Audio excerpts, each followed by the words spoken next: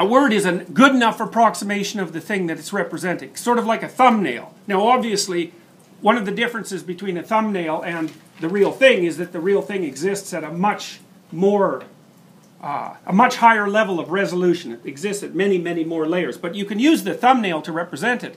And the advantage to doing that is that it doesn't take up much processing time and it doesn't take up much memory. So lots of times you want to use the shorthand for the thing rather than the thing because it's just too complicated otherwise. And often, then you might say, well, how do you know that your shorthand representation is a good representation of the thing that you're trying to represent? And the pragmatist would say, well, it depends on what you want to do with it. That's the tool-like aspect. Say, it's like if you're using word X to represent potentially heterogeneous class Y, and when you use it, you get to where you want, or you get close enough to where you want, then it's good enough. So it's how you know a joke is good enough.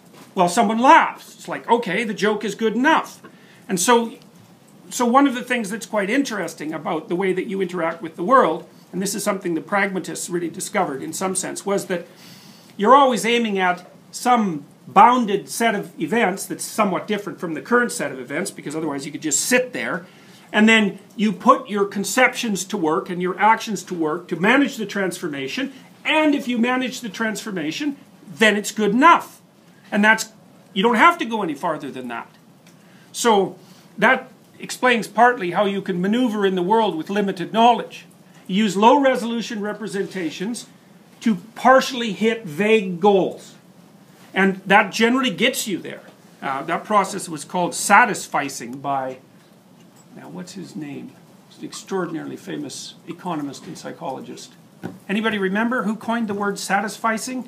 Well, economist, psychologist would be Herb Simon. That's right, it's Simon. Thank you, that's exactly right. It was Herb Simon. So, and he said, well, you're often not out to optimize, let's say, in a search for a partner. Well, to optimize it, you'd have to search through several billion people. Well, you're not going to do that because you don't have the time. And so then you might say, well, you don't know exactly how you do it, but it's something like this. You have 5 attributes that you're looking for, and maybe 2 that you don't know you're looking for, but you are looking for. And the first person that comes along that matches those well enough, you pick. And so it's not an optimization issue. But, given that you have a limited amount of time, you can't wait around for optimized solutions. You have to go ahead with sufficient, and then move to the next issue. Okay, so all that's a conceptual precursor for taking a look at this diagram. So we're calling someone a good person, and so what does it mean? Well, we're going to do a bit of a microanalysis.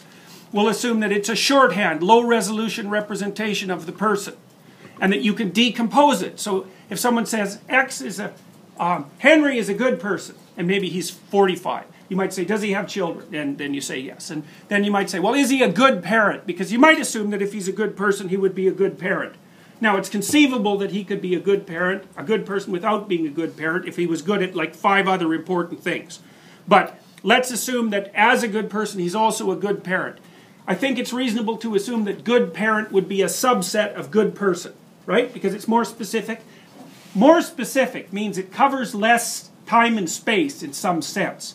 Because good person is a description of a person that covers how the person interacts with the world across the broadest possible amount of time and location.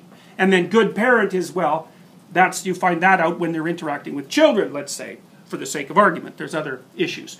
And then you might say, well, if he's good parent, well, what does he have to do to be a good parent? You might say, well, he has to feed his children, so he probably needs a job, and it would be better if it was a good job, so he's got a good job, and that's part of being a good person. And then maybe he can care for his family. And so care might be regarded as a more specific subset of good parent. And so you can decompose care into, let's say, play with baby.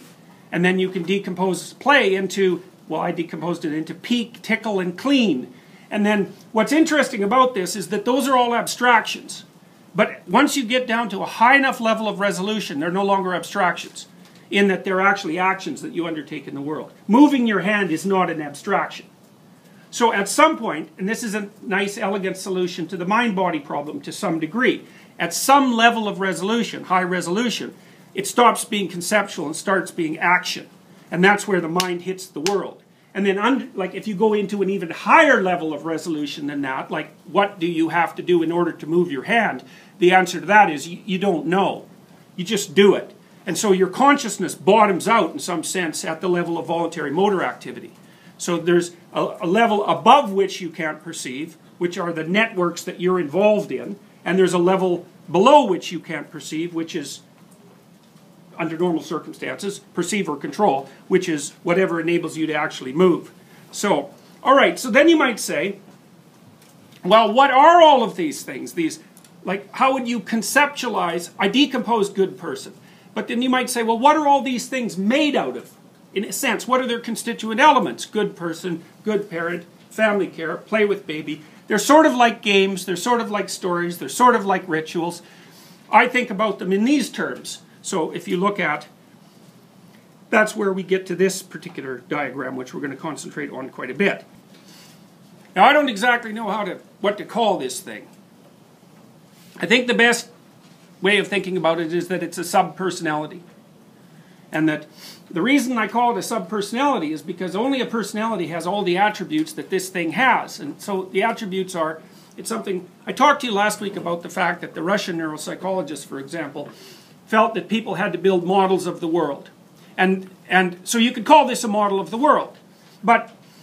And so the reason they suspected that was because if you brought someone, I think I ran through this, if you bring someone into a laboratory and you play them a tone, when they first hear the tone, they manifest an orienting reflex, which is a change in skin conductance, and that's actually a consequence of neurological activity. And then if you play the tone a bunch, they stop having that reaction, and then if you vary the tone on any perceptible dimension, the orienting reflex returns. And so the inference from that was, well, obviously, the person must be constructing a model of the tone, because otherwise how would they know if something deviated from it, especially on all those dimensions? So not only is it a model, it's a multi-dimensional model. Okay, now, the upshot of that was that for a long time people tried to figure out how in the world we modeled the world, and then they also tried to make smart machines that modeled the world, that could then plan their actions in the modeled world, and then could act in the world as a consequence. And they got nowhere with that, because it turned out that the world is so damn complex that if you're going to model it, you're going to spend all your time modeling, you're not going to spend any time acting in it, and you're not going to get anywhere. And it's partly because the world is almost infinitely complex. And so if you're trying to get a computer to look at the world, you might say, well, what is the computer supposed to look at? Everything. Well, no.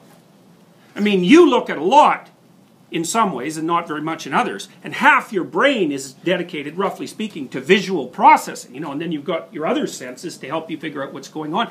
But you don't build a model of the whole world.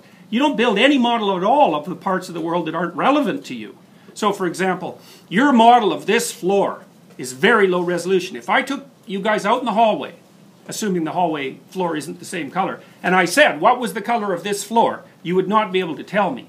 And the reason for that is, who cares? It could be shifting color all the time while you're sitting here, subtly, and you're not going to care. And the reason for that is you're not falling through it, and it isn't moving.